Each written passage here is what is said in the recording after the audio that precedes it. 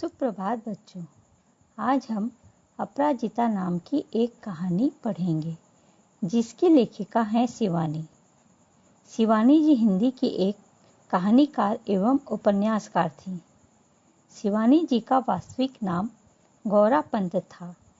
ये शिवानी नाम से ही लेखन किया करती थीं। शिवानी जी का जन्म 17 अक्टूबर 1923 को विजयादशमी के दिन राजकोट गुजरात में हुआ था। इनकी शिक्षा शांति निकेतन में हुई थी। हिंदी साहित्य में इनमें योगदान के लिए इन्हें पद्मश्री से सम्मानित किया गया था। इनका निधन 21 मार्च 2003 को नई दिल्ली में हुआ था। कृष्णा कली, भैरवी, 14 फेरे आदि इनकी प्रमुख रचनाएं हैं। इनकी अधिकतर कहानियां एवं उपन्यास नारी प्रधान रहे हैं। अपराजिता भी एक ऐसी ही नारी प्रधान कहानी है जिसकी नायिका पोलियो होने के कारण अपंग हो गई। उसका निचला शरीर एकदम निर्जीव हो गया। फिर भी उसने जीवन में हार नहीं मानी और अद्भुत धैर्य, साहस, इच्छा शक्ति एवं साधना के बल पर डॉक्टरेट की उपाधि की। शारीरिक रूप से पराजित डॉक्टर चंद्रा इस प्रकार अपराजिता बन गई। यह कहानी डॉक्टर चंद्रा के वास्तविक जीवन पर आधारित है।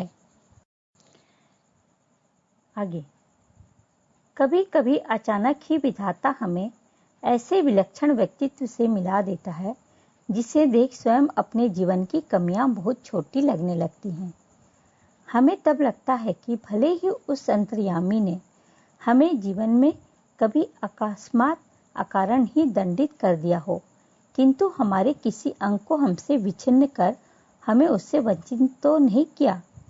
फिर भी हम में से कौन ऐसा मानव है जो अपनी विपत्ति के कठिन क्षणों में विधाता को दोषी नहीं ठहराता। मैंने अभी पिछले ही महीने एक ऐसी अभिशप्त काया देखी है जिसे विधाता ने कठोरतम दंड दिया है, किंतु उसे वह नतमस्तक आनंदी मुद्रा में झेल रही है, विधाता को कोसकर नहीं। अर्थात कभी कभी अचानक भगवान हमें ऐसे व्यक्ति से मिला देता है जिसके दुख और कमियों को देखकर हमारी कमियां और दुख हमें छोटे लगने लगते हैं। तब हमें लगता है कि भले ही उस सब कुछ जानने वाले, संसार को रचने वाले भगवान ने हमें जीवन में अचानक किसी कारणवश या अकारण हमें कोई दंड दिया है, परंतु हमारे शरीर का कोई अंग काटकर अलग तो नहीं किया है, अर्थात हमें अपंग तो नहीं बनाया है। फिर भी हम में से ऐसे कई मनुष्य हैं जो अपने ऊपर आई विपत्ति या दुख के समय भगवान को दोषी न देते हों कि हे भगवान, तुझे मैं ही मिला था इतना दंड या दुख देने के लिए। लेखिका आगे कहती हुई समझाती हैं कि मैंने अभी पिछले महीने ही एक ऐसे अभिशप्त अर्थात श्रापग्रस्त या शापित शरीर को देखा जिसे भगवान ने बहुत ही कठोर दंड दिया था।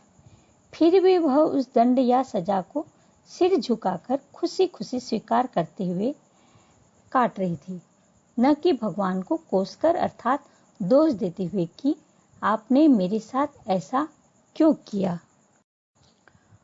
उसकी कोठी का अहाता एकदम हमारे बंगले के अहाते से जुड़ा हुआ था। अपनी शानदार कोठी में पहली बार कार से उतरते देखा तो आश्चर्य से देखती रह गई। कार का द्वार खुला, एक प्रौढ़ा ने उतरकर पिछली सीट से एक व्हील चेयर निकालकर सामने रख दी और भीतर चली गई। दूसरे ही क्षण धीरे धीरे बिना किसी सहारे के कार से एक निर्जीव निचले धड़ को बड़ी दक्षता से नीचे उतारा। फिर बैसाखियों से ही व्हील चेयर पर पहुंच उसमें बैठ गई और बड़ी तटस्थता से उसे स्वयं चलाती हुई कोठी के भीतर चली गई।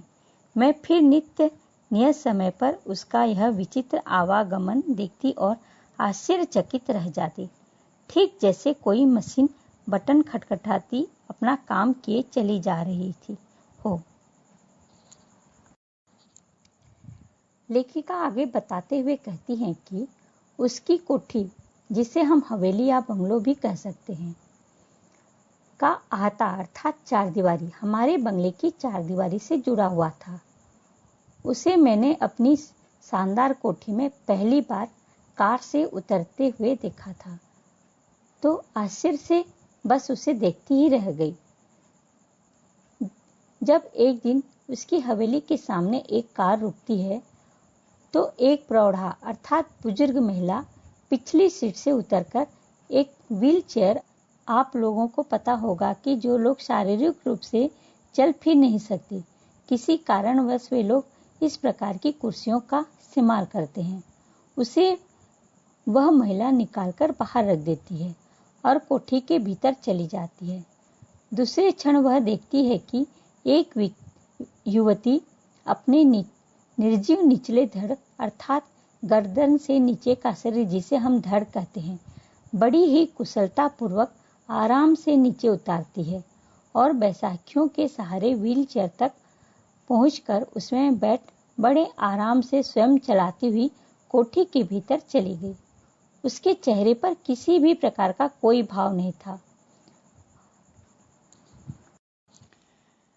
धीरे धीरे मेरा उससे परिचय हुआ। कहानी सुनी तो दंग रह गई। नियति के प्रत्येक कठोर आघात को बड़े धैर्य एवं साहस से झेलती वह बित्ते भर की लड़की मुझे किसी देवांगना से कम नहीं लगी। लेखिका कहती हैं कि वे हर दिन ठीक उसी समय उसे उसके विचित्र अर्थात अनोखे आवागमन अर्थात आते जाते हुए देखती हैं। उसे देखकर उन्हें ऐसा लगता है मानो कोई लोहे की मशीन बटन खटखटाती हुई अपना काम कर रही है। धीरे धीरे लेखिका और उसकी जान पहचान बढ़ने लगी। उसकी कहानी सुनकर वे बहुत ही हैरान रह गईं कि किस तरह एक बित्ते भर की लड़की, जिसे भगवान ने इतना कठोर दर्द दिया है, फिर भी वह कितने धैर्य और साहस से भगवान के इस प्रहार को, ठोकर को सह रही है। उसकी सहनशीलता को देखकर मुझे वह कोई देवी अर्थात अप्सरा जैसी लगी। मैं चाहती हूँ कि मेरी पंक्तियों को उदास आंखों वाला वह गोरा उजले वस्त्रों से सज्जित लखनऊ का मेघावी युवक भी पढ़े, जिसे मैंने कुछ माह पूर्वक अपनी बहन के यहाँ देखा था। वह IAS की परीक्षा देने इलाहाबाद गया। लौटते समय किसी स्टेशन पर चाय लेने उतरा कि गाड़ी चल पड़ी। चलती ट्रेन में हाथ के कुल्हड़ से चढ़ने के प्रयास में गिरा और पहिए के नीचे हाथ पड़ गया। प्राण तो बच गए, पर दायां हाथ चला गया। उसी विच्छिन्न भुजा के साथ साथ धीरे धीरे वह मानसिक संतुलन खो बैठा। पहले दुख भुलाने के लिए नशे की गोलियां खाने लगा और अब नूर मंजिल मनोरोग केंद्र की शरण में है। पहले एक हाथ खोकर ही उसने अपने हथियार डाल दिए। उधर चंद्रा, जिसका निचला धड़ निष्प्राण मांसपिंड मात्र सदा खुश रहती, चेहरे पर विषाद की रेखा भी नहीं, बुद्धि दीप्त आंखों में उत्साह प्रतिपल प्रतिक्षण भरपूर उत्कट जिजीविषा और फिर कैसी कैसी महत्वाकांक्षाएं। लेखिका आगे बताते हुए कहती हैं कि मेरी इस कहानी की पंक्तियों को वह उदास आंखों वाला गोरा चिट्टा युवक, जो सदा स्वच्छ साफ सुथरे कपड़े पहना करता था, जो लखनऊ का मेघावी युवक था, इसे पढ़े, जिसे लेखिका ने अपनी बहन की यहाँ देखा था। वह IAS की परीक्षा देने इलाहाबाद गया था, लेकिन लौटते समय किसी स्टेशन पर चाय लेने उतरा। गाड़ी चल पड़ी। चलती ट्रेन में हाथ में कुल्हड़ से चढ़ने का प्रयास से वह गिर पड़ा और पहिए के नीचे उसका हाथ चला गया। प्राण तो बच गए, पर दायां हाथ चला गया। उसी कटे हुए हाथ के साथ वह धीरे धीरे मानसिक संतुलन खो बैठा। अर्थात बच्चों, तुम्हें पहले भी हमेशा बताया जाता है, घर में जब हम कहीं बाहर जाते हैं तो ट्रेन से में इस तरह दौड़कर नहीं चढ़ना चाहिए, न ही कुछ माने जैसे यह लड़का चाय अपने हाथ में चाय का कुल्हड़ माने जिसमें मिट्टी का गिलास जैसे होता है जिसमें हम चाय पीते हैं, उसे लेकर वह ट्रेन में चढ़ने का प्रयास किया, जिसके कारण वह चढ़ नहीं पाया। चलती ट्रेन से वह नीचे गिर गया और उसका हाथ ट्रेन के नीचे चला गया और उसका एक हाथ कट गया। धीरे धीरे अपने कटे हाथ के कारण वह बहुत ही दुखी हो गया और अपना मानसिक संतुलन जो है वो खो बैठा। अपने दुख को भुलाने के लिए पहले तो उसने नशे की गोलियां खाने लगा, फिर नूर मंजिल मनोरोग केंद्र की शरण में पहुंच गया। अर्थात वह नशे की गोलियां खाने के कारण उसे नूर मंजिल नामक मनोरोग केंद्र, जिसे हम पागल खाना तो नहीं कह सकते, लेकिन वहाँ इस तरह का इलाज चलता है जो लोग अपनी मानसिक संतुलन को खो देते हैं, की शरण में। केवल एक हाथ खोकर ही उसने अपना हथियार डाल दिया, अर्थात वह उसका केवल एक हाथ खोया था, बाकी दूसरा हाथ तो था। फिर भी वह जिंदगी से दुखी होकर वह हथियार डाल देता है और अपने गम को भुलाने के लिए वह दूसरा रास्ता अपना लेता है। लेकिन इधर चंद्रा के बारे में बताते हुए लेखिका कहते हैं कि वह लड़का एक हाथ खोकर अपना मानसिक संतुलन खो बैठा, लेकिन इधर चंद्रा, जिसका निचला धड़, शरीर से निचला धड़ एक कटे हुए मांसपिंड की समान है, निष्प्राण, जिसमें जीवन ही नहीं, एक मांस के लोथड़े के समान है, फिर भी वह सदा खुश रहती है। चेहरे पर किसी भी प्रकार की कोई दुख की भावना दिखाई नहीं देती है। उसकी आंखों में उत्साह प्रतिपल हर क्षण हर पल बढ़ते हुए दिखाई देता है। उसके मन में भरपूर जीने की इच्छा है, उत्साह है और उसकी महत्वाकांक्षाओं, उसकी आंखों में उसकी महत्वाकांक्षाओं के भाव झलकते दिखाई देते हैं। मैडम, आप लखनऊ जाते ही मुझे ड्रग रिसर्च इंस्टीट्यूट से पूछकर यह बताएंगी कि वहाँ आने पर मेरे विषय माइक्रोबायोलॉजी से संबंधित कुछ सामग्री मिलेगी। मैडम, आप कह रही थी कि आपके दामाद हवाई में ईस्ट वेस्ट सेंटर में हैं। क्या आप उन्हें मेरा बायोडाटा भेजकर कुछ पूछेंगी कि मुझे वहाँ कोई फेलोशिप मिल सकती है? यहाँ कभी सामान्य से हड्डी टूटने पर या पैर में मोच आ जाने पर ही प्राण ऐसे कंठगत हो जाते हैं जैसे विपत्ति का आकाश ही सिर पर टूट पड़ा हो। और इधर यह लड़की है कि पूरा निचला धड़ शून्य है, फिर भी बोटी बोटी फड़क रही है। आजकल वह IIT मद्रास में काम कर रही है। जब चंद्रा का लेखिका के साथ परिचय हो जाता है तो वह लेखिका को एक दिन कहती है कि जब आप लखनऊ जाएंगी तो मुझे ड्रग रिसर्च इंस्टीट्यूट से पूछकर बताएंगे कि क्या मुझे वहाँ माइक्रोबायोलॉजी से संबंधित, जो कि वो पढ़ाई कर रही थी, उससे संबंधित उससे कुछ सामग्री चाहिए थी। वह इसीलिए लेखिका से मंगाना चाहती थी। चंद्रा आगे कहती है कि मैडम, आपके दामाद तो हवाई के ईस्ट वेस्ट सेंटर में काम करते हैं। आप उन्हें मेरा बायोडाटा भेजकर पूछेंगे कि क्या मुझे कोई फेलोशिप मिल सकती है। लेखिका उसके बारे में आगे बताते हुए कहती हैं कि कभी कभी हम सामान्य सी हड्डी टूटने पर या पैर में मोच आ जाने पर, बच्चों, कभी कभी हमारे पैर में मोच आ जाता है या हड्डी टूट जाती है तो हमें कैसे लगता है? ऐसे लगता है जैसे हमारे प्राण निकल गए। विपत्ति का आकाश जो है, विपत्ति के बादल जो हैं वो हमारे सिर पर टूट पड़े हैं। लेकिन लेखिका बताती हुई कहती हैं कि इधर यह लड़की, जिसका पूरा शरीर धड़ से शून्य है, फिर भी शरीर का एक एक अंग फड़क रहा है, जैसे वह अपने जीवन में कुछ भी करने के लिए वो तैयार है, आगे बढ़ने के लिए तैयार है। आजकल चंद्रा IIT मद्रास में काम कर रही हैं, जिसका निचला धड़ शून्य है पोलियो के कारण। जन्म के 18वें महीने में ही जिसका गर्दन से नीचे का पूरा शरीर पोलियो ने निर्जीव कर दिया हो, उसने किस अद्भुत साहस से नियति को अंगूठा दिखाकर अपनी थीसिस पर डॉक्टरेट ली होगी। मैडम, मैं चाहती हूँ कि कोई मुझे सामान्य सा सहारा भी न दे। आप तो देखती हैं, मेरी माँ को मेरी कार चलानी पड़ती है। मैंने इसलिए एक ऐसी कार का नक्शा बनाकर दिया है जिससे मैं अपने पैरों के निर्जीव अस्तित्व को सजीव बना दूंगी। यह देखिए, मैंने प्रयोगशाला में अपना संचालन कैसा सुगम बना लिया है। मैं अपना सारा काम अब स्वयं कर लेती हूँ। लेखिका चंद्रा के बारे में बताते हुए कहती हैं कि जन्म के 18वें महीने से ही उनकी गर्दन का निचला शरीर पोलियो से पूरी तरह अपंग हो गया था, निर्जीव हो गया था। फिर भी उसके अद्भुत साहस ने नियति को, भाग्य को अंगूठा दिखा दिया और थीसिस में उसने डॉक्टरेट की उपाधि प्राप्त की।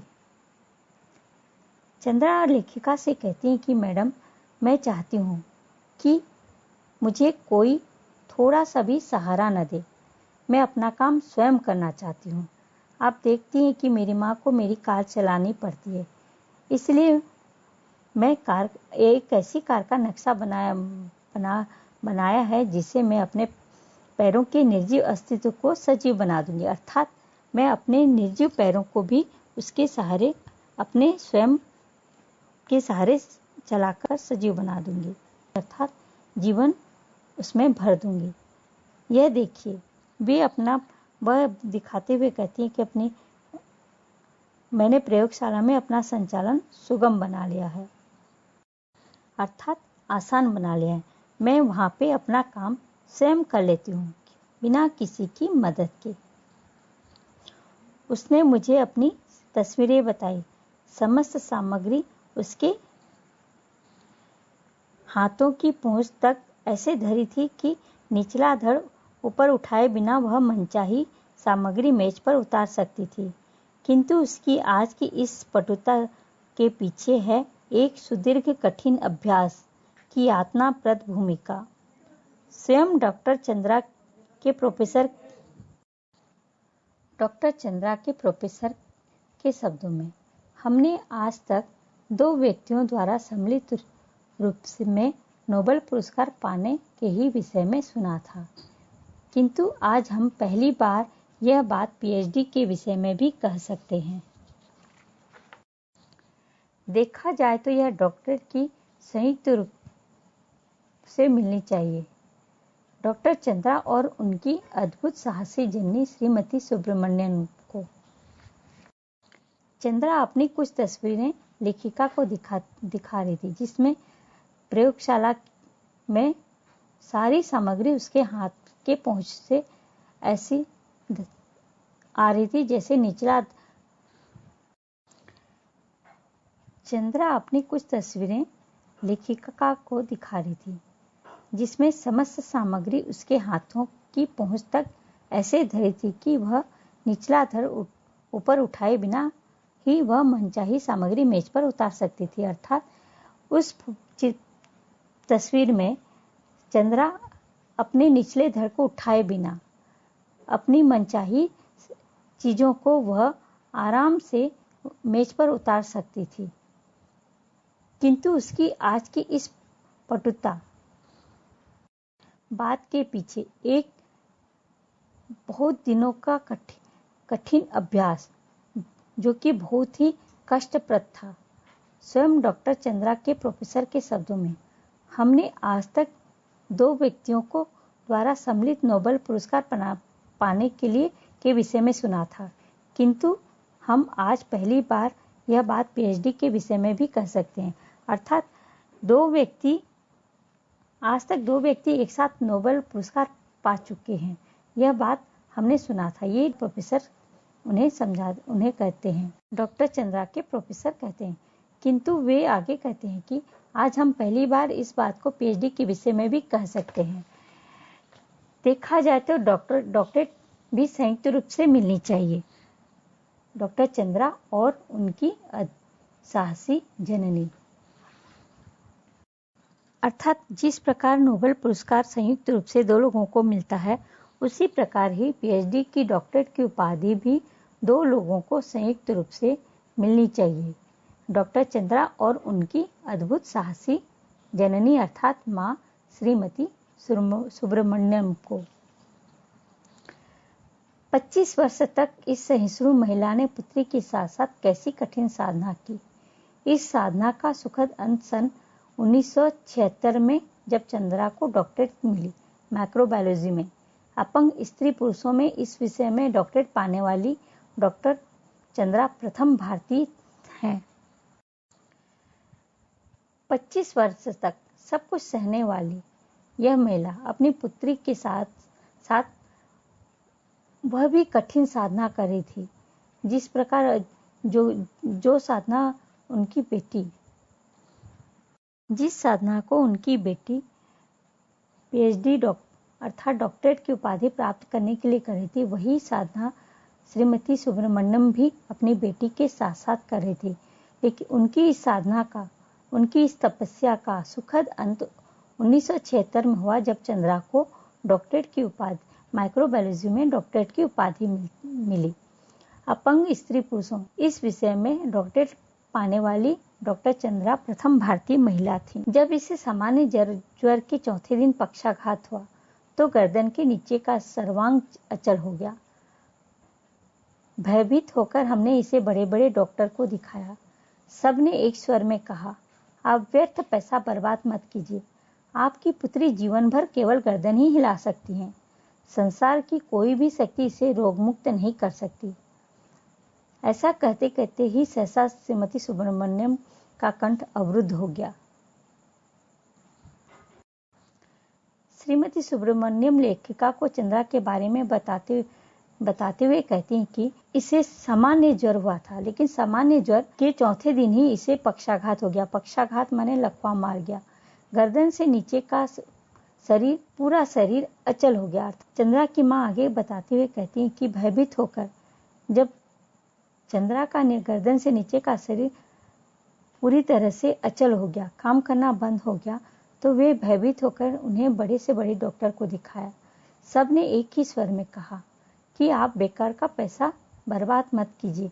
आपकी पुत्री अब जीवन भर केवल गर्दन ही हिला सकती है। संसार की ऐसी कोई भी शक्ति इन्हें इस बीमारी से मुक्त नहीं कर सकती। लेखिका को यह बताते बताते सहसा श्रीमती सुब्रमण्यम के कंठ गला जो है वो भर आता है। वह बहुत ही दुखी हो जाती हैं। फिर वे धीरे स्वर में मुझे बताने लगी, मेरे गर्भ में तब इसका भाई आ गया था।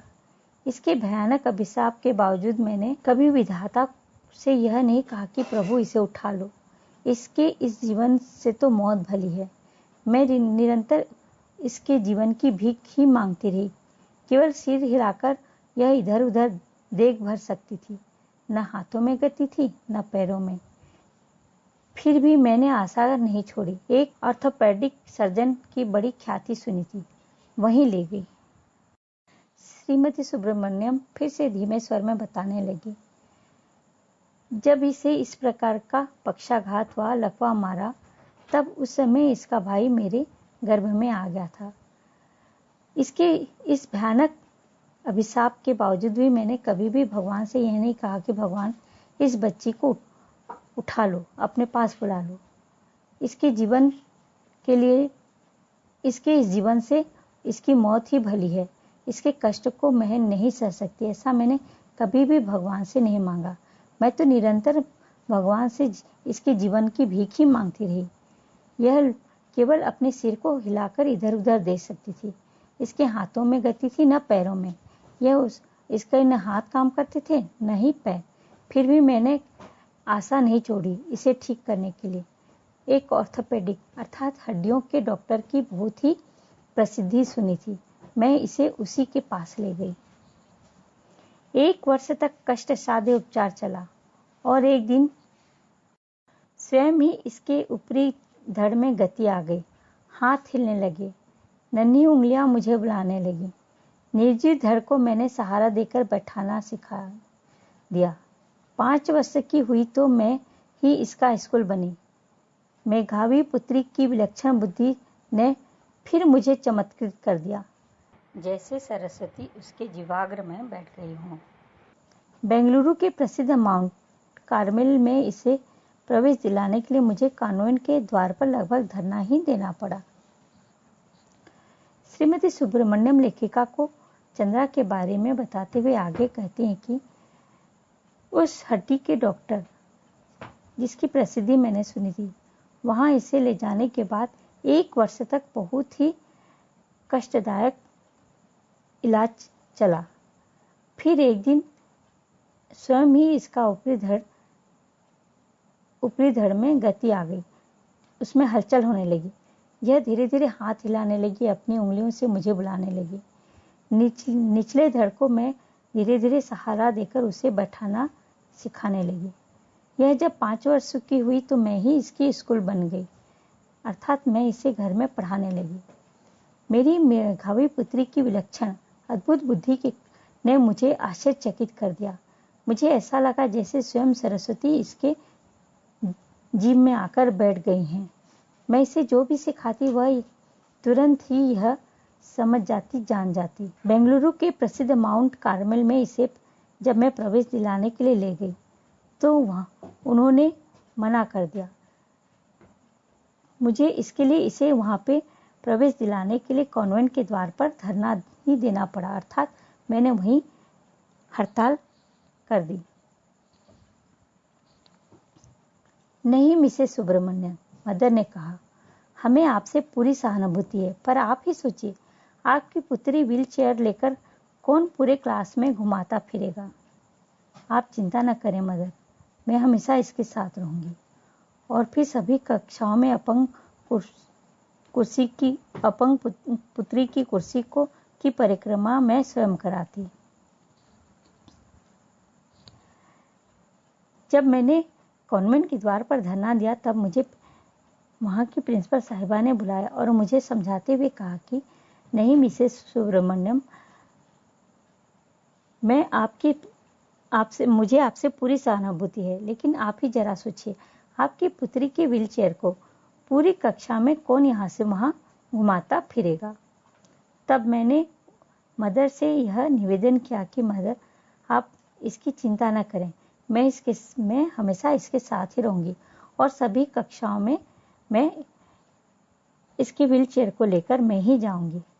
उसके बाद मैं फिर सभी कक्षाओं में अपनी अपंग पुत्री की कुर्सी को लेकर जाया करती थी, उसकी परिक्रमा कराया करती थी, अर्थात यहाँ से वहाँ, इस क्लास से उस कक्षा, इस कक्षा से उस कक्षा लेकर जाया करती थी।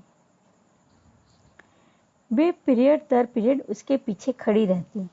प्रत्येक परीक्षा में सर्वोच्च स्थान प्राप्त कर चंद्रा ने स्वर्ण पदक प्राप्त किए, बीएससी किया, प्राणी शास्त्र में एमएससी में प्रथम स्थान प्राप्त किया और बेंगलुरु के प्रख्यात इंस्टीट्यूट ऑफ साइंस में अपने लिए स्पेशल सीट अर्जित की।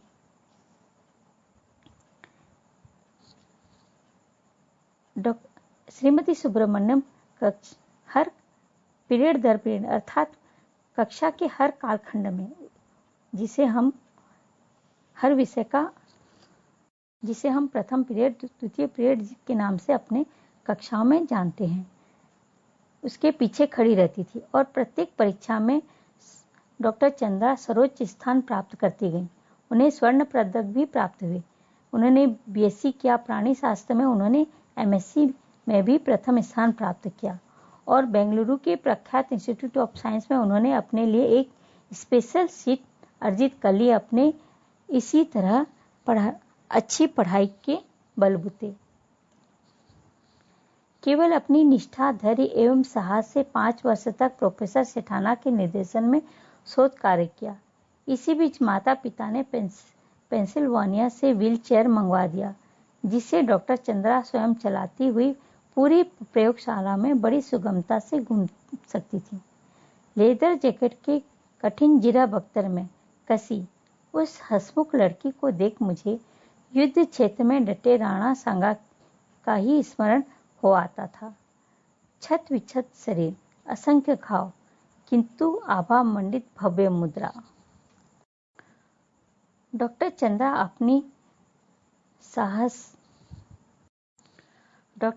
अपने लगन, धैर्य और साहस के साथ 5 वर्ष तक प्रोफेसर सेठाना के निर्देशन में, अर्थात उनके मार्गदर्शन में उन्होंने शोध कार्य किया। इस बीच उनकी डॉक्टर चंद्रा की माता पिता ने पेंसिल्वानिया से उनके लिए एक व्हील चेयर मंगा दिया, जिसे डॉक्टर चंद्रा स्वयं चला सकती थी और पूरी प्रयोगशाला में बड़ी ही आसानी से यहाँ से वहाँ घूम सकती थी। लेदर जैकेट अर्थात चमड़े के जैकेट के कठिन जिरह बख्तर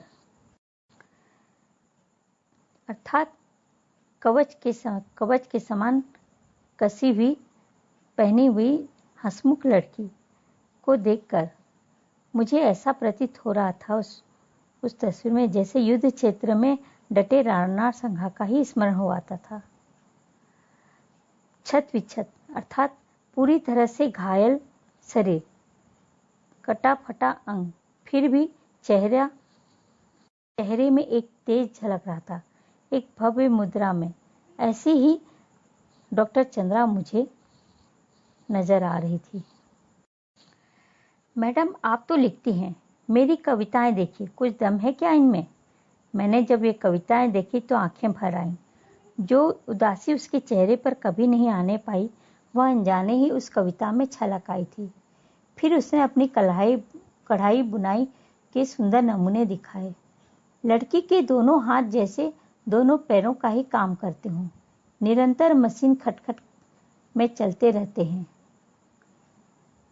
जर्मन भाषा में माता पुत्री दोनों ने मैक्स मुलर भवन में विशेष योग्यता सहित परीक्षा उत्तीर्ण की। गर्ल गाइड में राष्ट्रपति का स्वर्ण कार्ड पाने वाली वह प्रथम अपंग बालिका थी। यही नहीं, भारतीय एवं पाश्चात्य संगीत दोनों में उनकी समान रुचि है। अपने एल्बम को अपनी निर्जीव टांगों पर रखकर वह मुझे अपने चित्र दिखाने लगी। पुरस्कार ग्रहण करती डॉक्टर चंद्रा, प्रधानमंत्री के साथ मुस्कुराती डॉक्टर चंद्रा, राष्ट्रपति को सलामी देती बालिका चंद्रा, व्हील चेयर में लेदर जैकेट में जकड़ी बैसाखियों का सहारा लेकर अपनी डॉक्टरेट ग्रहण करती डॉक्टर चंद्रा। जब चंद्रा ने जाना कि कविता लेखिका हैं, तब वह अपनी कविताएं उन्हें दिखाने लगी और पूछने लगी कि देखिए, मेरी कविताएं पढ़कर देखिए, क्या इसमें भी कुछ दम है कि नहीं। जब लेखिका चंद्रा की कविताएं देखती हैं, पढ़ती हैं, तो उनकी आंखें स्वतः ही भर आती हैं। जो उदासी, जो कष्ट वो कभी भी अपने चेहरे पर आने नहीं दे रही थी, वही अनजाने में डॉक्टर चंद्रा की कविता में वही दुख और तकलीफ झलक आई थी। डॉक्टर चंद्रा ने अपने कढ़ाई बुनाई के कई सारे नमूने दिखाए। मुझे लेखिका को ऐसा लगा जैसे उसके दोनों हाथ, दोनों पैर का ही काम करते हों, निरंतर मशीनी खटखट की तरह चलते रहते हैं। श्रीमती सुब्रमण्यन और डॉक्टर चंद्रा दोनों ने ही मैक्स मुलर भवन में जर्मन भाषा में एक विशेष योग्यता सहित परीक्षा उत्तीर्ण की। गर्ल गाइड में राष्ट्रपति से स्वर्ण कार्ड पाने वाली वह प्रथम अपंग बालिका थी। यही नहीं, भारतीय एवं पाश्चात्य संगीत दोनों में ही उनकी समान रुचि थी। अपने एल्बम को वह अपने निर्जीव टांगों पर रखकर उन्होंने अपने सभी चित्र दिखाए, जिसमें वो पुरस्कार ग्रहण करती हुई डॉक्टर चंद्रा, जिसमें वह पुरस्कार ग्रहण कर रही थी।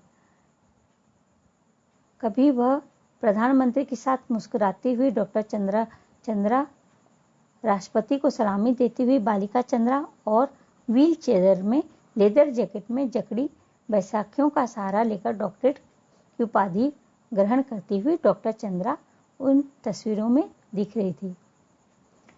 मेरी बड़ी इच्छा थी मैं डॉक्टर बनूं। मैं अपंग डॉक्टर वर्गीस के सफल जीवन की कहानी पढ़ चुकी हूँ।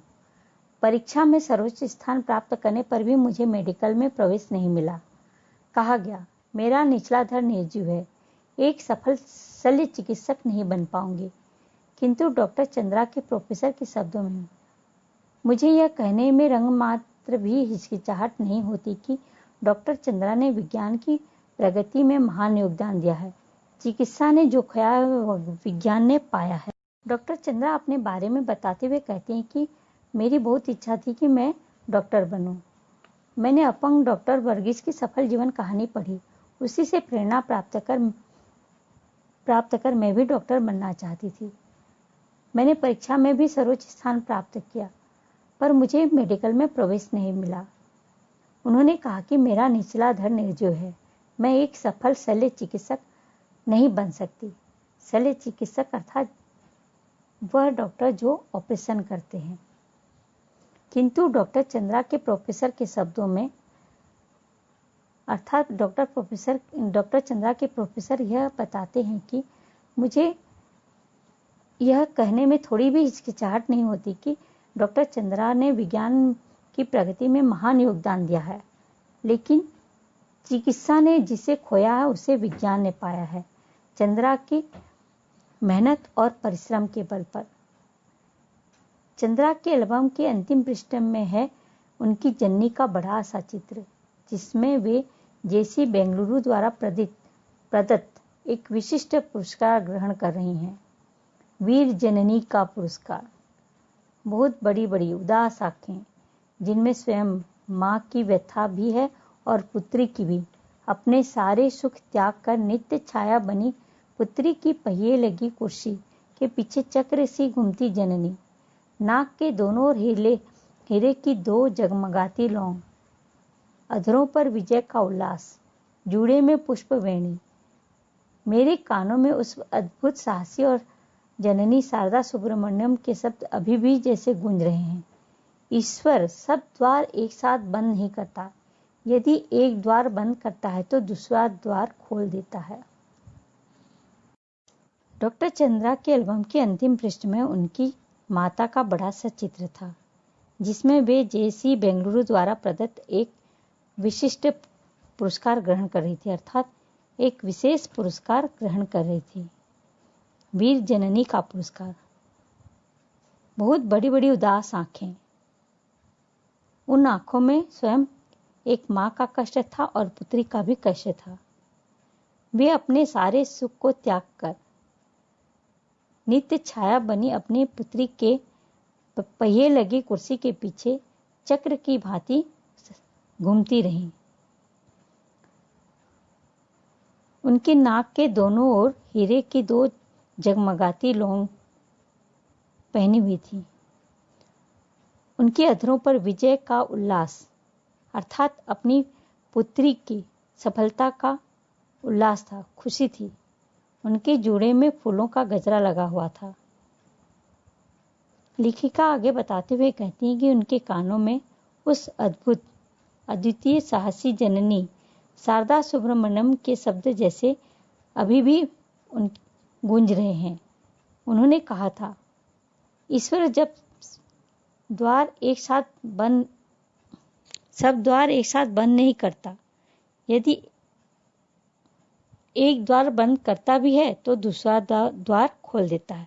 अर्थात भगवान अपने सभी दरवाजे एक साथ बंद नहीं करते, अगर बंद भी करते हैं तो एक द्वार बंद करते हैं तो दूसरा खोल देते हैं। ठीक उसी तरह जिस तरह मेरी बेटी चंद्रा के साथ हुआ। भले ही उन्होंने उनके निचले धड़ को अपंग बना दिया, लेकिन उन्होंने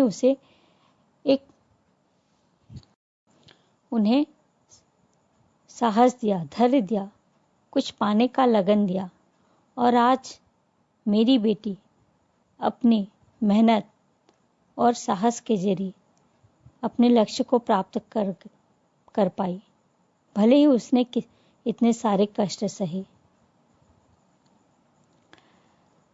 बच्चों, हम जिस प्रकार यह कहानी एक प्रेरणादायक कहानी है, जिस प्रकार हम हमारे सभी हाथ पैर होने के बावजूद भी अगर हमें कुछ कष्ट होता है, हमारे शरीर का कुछ अंग कट जाता है, तो हम कितने परेशान हो जाते हैं। हम काम करना बंद कर देते हैं या असफल हो जाते हैं तो भी काम करना बंद कर देते हैं। लेकिन हमें डॉक्टर चंद्रा की तरह बनना है। भले ही हमारे रास्ते में कई सारी बाधाएं आए, कठिनाइयां आए, लेकिन हम उन बाधाओं और कठिनाइयों को पार करते हुए अपने जीवन के लक्ष्य को प्राप्त करें। जिस प्रकार डॉक्टर चंद्रा ने अपने अपंग शरीर को हराकर अपने जीवन को अपराजिता बना लिया। धन्यवाद।